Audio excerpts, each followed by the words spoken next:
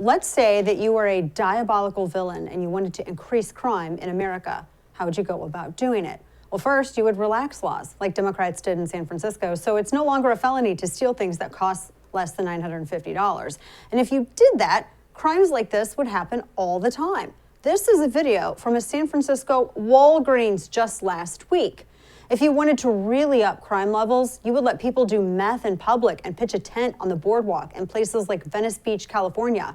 Then you'd look the other way as drug dealers moved in to feed these meth addicts habits. Next thing you know, you'd have homeless encampments where violence breaks out daily, like this. If you wanted more crime, you would turn criminals into saints, like a man who resists arrest for 20 minutes, who has enough fentanyl in his system to kill a horse, according to an autopsy report. And yes, he's a career criminal who once stuck a pistol to a pregnant woman's belly. You would pray to him like Nancy Pelosi did, treating him like a saint. You wouldn't wait for justice to play out when that criminal dies at the hands of a Minneapolis cop. No, instead, if you were a diabolical villain, you would immediately empower every Marxist organization like BLM, who condemned every single law enforcement as being as bad as Derek Chauvin and racist in America because of one incident. And you then would capitulate to demands that you defund the police, and you would not condemn any outrageous ideas coming from inside your own party by people like AOC or Ilhan Omar. Instead, you would ignore them. And when riots would break out all across the country in which store owners were beaten in the street and police were run over and attacked in broad daylight, you'd simply say that this was just the plight of the unheard. People were just getting bread. Remember that one? No justice, no peace, right?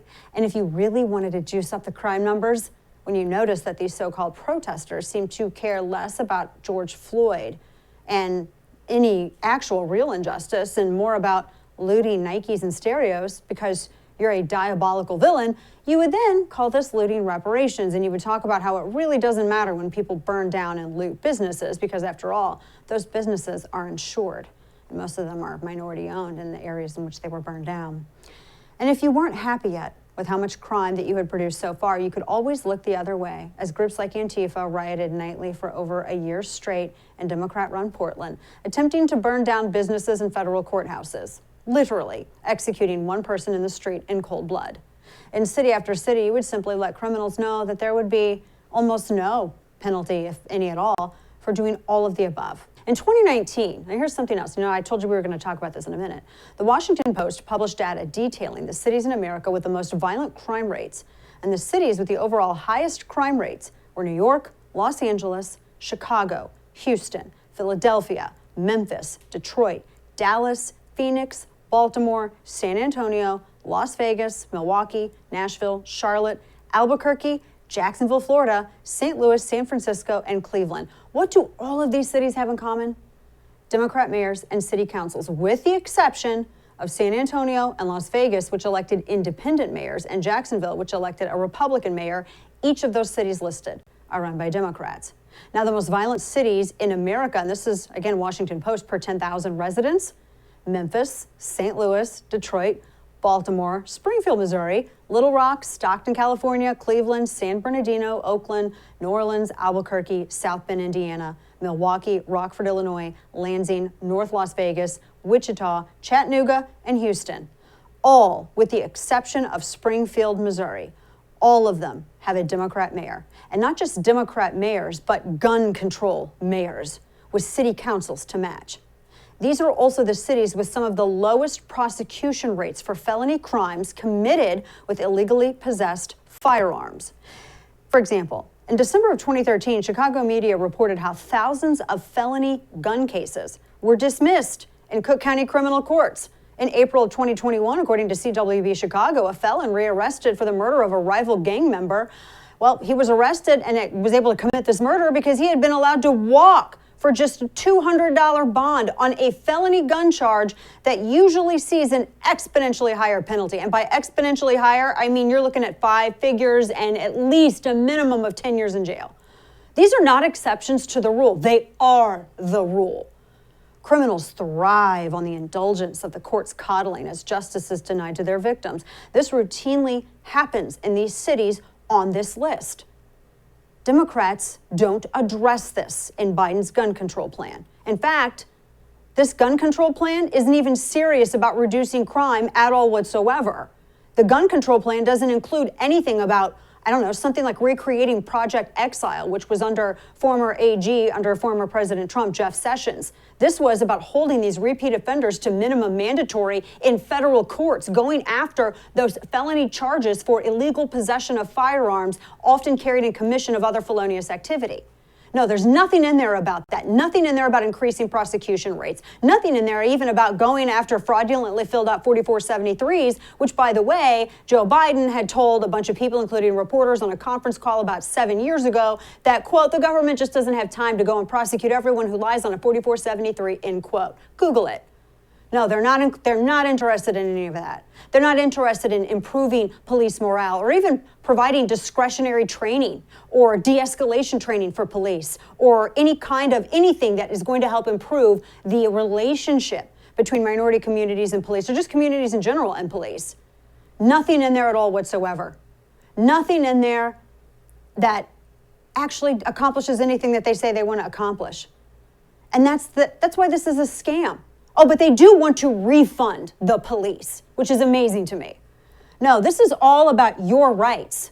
This whole thing it's an old canard that allows them to distract from the real problem, their own failed policies. And it's also important to point out that Biden kind of made a deal with the devil here. He and Democrats have allowed the radical elements to seize control of their party from the inside out. Groups like the Antifa and BLM and, all the other stuff. For all intents and purposes, BLM, that is the Democrat Party. Their rhetoric is the Democrat Party's rhetoric. In city after city, defund the police, reimagine the police, looting, that's reparations. Police are systemically racist. Now the president is in a real bind. The energy in his party comes from these radical neo-racists who really don't like America and condemn them as he should, and he'll lose their support and their power.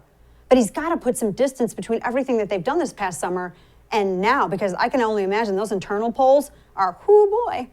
So there's only one thing he can do, change the subject, blame guns, and talk endlessly about white supremacy. Biden's plan supposedly has a zero tolerance policy. I've read it, and if you want to read my fisking of it, you should sign up to my newsletter, chapter and verse. No, they want to go after quote-unquote rogue gun dealers accused of violating rules.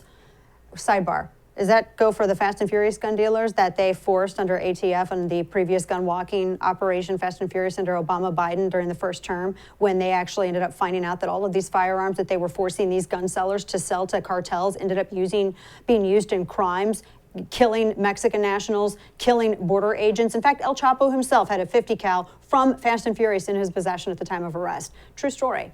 No, the administration wants to blame national crime waves on firearms, but legally owned firearms by innocent Americans. The problem isn't rogue gun dealers. The problem is criminals, as I was explaining. The fact is, we already have thousands of laws about firearms and firearm sales. I mean, the whole thing about ghost guns, that's a whole joke. You have the Undetectable Firearms Act of 1988. That's older than some of you watching this. You can't make undetectable firearms and sell them. It is already federally regulated, so it's already illegal. You're going to make it illegaler? The real issue is when there is a violation of a gun sale law, it is almost never enforced. When these violations are not enforced, you can make all the laws in the world that you want to. But if you're not going to enforce them, and Democrats clearly refuse to enforce them, the president himself is on the record saying that he's not going to enforce them. What is the point of another law? Instead of a zero tolerance policy for rogue gun dealers, how about a zero tolerance policy for violent criminals, repeat offenders? Biden's new plan also allows states to raid the coronavirus relief bill for money to hire more police, right? To refund police. For heaven's sakes, Biden doesn't condemn cries to defund the police from his own party, so police are then demoralized and they quit, and now they want to refund the police with coronavirus stimulus cash. That's what getting swindled looks like. That's what chaos looks like. This is an inept presidency presiding over a Marxist party who promotes crime and gives aid and comfort to criminals. And the Biden administration's answer to all of this is go after guns and gun dealers, of course, which is foolish and won't work because it's never worked. You don't need guns to loot riot and burn down neighborhoods. You don't need a gun to brutally beat Asian Americans in the street, as we've been seeing in major cities. Democrats are in deep trouble as a party. And by the way, I wish that they cared about mass casualty incidents when they occurred in other places besides white bread communities. No, they're not serious about dealing with the rising crime that their policies have caused. And this useless new policy blaming guns and gun dealers from the Biden administration shows you that they know it.